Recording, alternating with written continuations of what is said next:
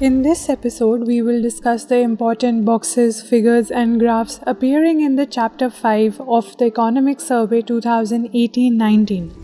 The chapter is titled Ending Matsyanyaya, How to Ramp Up Capacity in the Lower Judiciary.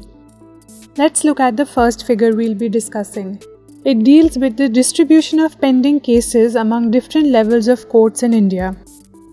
The relationship between economic governance and the rule of law or Dand Niti has been emphasized by Indian thinkers since ancient times. It is seen as the key to prosperity and a bulwark against Matsyanyaya, that is, the law of the fish or jungle. It should be noted here that the term Matsyanyaya was used by Kautilya's Arthashastra to explain the chaotic conditions present in governance. In this context, he proposes for building a robust infrastructure of rule of law. In recent times, the single biggest constraint to ease of doing business in India is the ability to enforce contracts and resolve disputes. Economic success and prosperity are closely linked to the ability to enforce contracts and resolve disputes.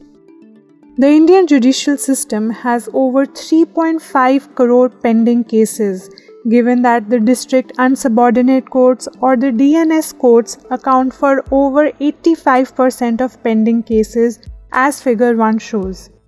To evaluate performance of the judiciary, the economic survey has taken into account the parameters such as disposal time, pending cases, case types, these are criminal or civil, and case clearance rate. Moving on to figure 2. Figure 2 shows the distribution of ages of pending cases as on May 31, 2019. Pendency time of a case on a given date is equal to the duration of its pending time since the filing of the case. It reveals that the distribution of pendency of both civil and criminal cases is more or less the same. More than 64% of all cases are pending for more than 1 year. Figure 4 presents the age-wise distribution of the disposal time for DNS courts in 2018. The disposal time is measured as the time span between the date of filing and the date when the decision is passed. The figure reveals that close to 75% of civil cases and over 86% of criminal cases are disposed within 3 years. International comparison of disposal rates reveal that the average disposal time for cases in Indian DNS court in 2018 was 4.4-fold and 6-fold higher respectively when compared with the average of Council of Europe members in 2016. Moving to the next figure.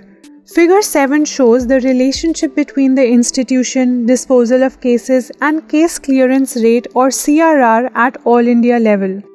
The case clearance rate or CCR is the ratio of the number of cases disposed of in a given year to the number of cases instituted in that year expressed as a percentage. The cases disposed of need not have been filed in the same year, as some proportion of them will typically be backlogged from previous years. Clearance rate is mainly used to understand the efficiency of the system in proportion to the inflow of cases. The figure shows that while the number of cases instituted each year in DNS courts has gone up, so has the number of disposals. However, the gap between institution and disposals allows cases to accumulate and result in an increase in pendency. This is because the CRR remains structurally below 100%. However, an encouraging sign was that the CCR had increased from 86.1% in 2015 to over 90% in 2017. But then again, it declined to 88.7% in 2018. Moving to Chart 1. There are two key issues at hand that need to be dealt with in order to make the judiciary more efficient.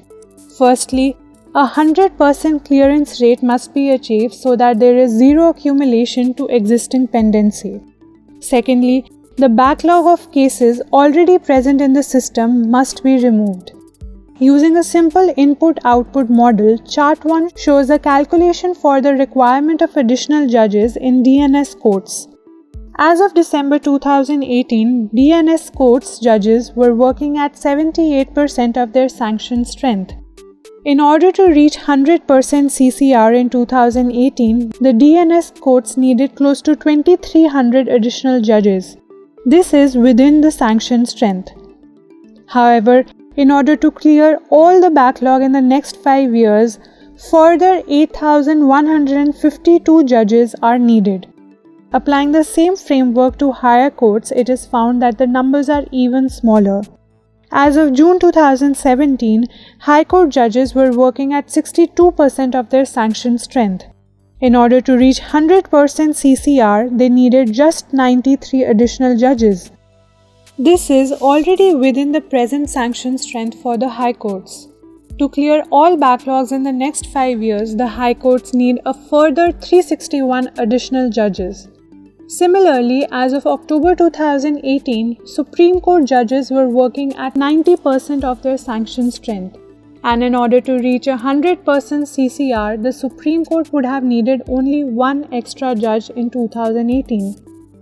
To clear all backlog in the next 5 years, an additional 8 judges are required. Moving on to Table 2. Table 2 reveals that the average CCR for all civil and criminal cases in DNS courts for 2018 was close to 94% and 87% respectively. This means that not only the backlog of criminal cases is about 2.5-fold higher than civil cases, criminal case type also have lower CCR, even lower than the national CCR of close to 88%. This implies that the additional judges need to specialize in these case types so as to speed up the disposal of such cases. Note that this is a case not merely for additional judges and legal reforms, but also for police reforms. Moving on. As shown in Table 3, the backlog in lower courts can be cleared in 5 years at full sanctioned strength with an efficiency gain of close to 25%. At current working strength, it would be an efficiency gain of close to 60%. With full sanctioned strength, High Courts would need only close to 4% increase in efficiency to clear the backlog. Although given high vacancy rates, the required rate at current working strength is 68%. The equivalent numbers for Supreme Court are 18% and 31% respectively. Given the potential economic and social multipliers of a well-functioning legal system, this may well be the best investment India can make. Some of the suggestions given by the Economic Survey for enhancing productivity in judiciary are discussed below. Increase number of working days. The main finding is that increasing the number of working days may improve productivity of the Supreme Court and in some high courts, but it is unlikely to significantly impact lower courts. Subordinate courts, which account for the bulk of pendency, seem to work almost as many days as government offices. Establishment of Indian courts and tribunal services. Most judicial reforms tend to focus only on the quality and quantity of judges, but a major problem lies with the quality of administration. In the current system, the main responsibility for administration in Indian courts is assigned to the Chief Judicial Officer. In addition to significant demands on his or her time, this approach is not conducive to systemic reforms and gradual accumulation of institutional knowledge on administrative matters.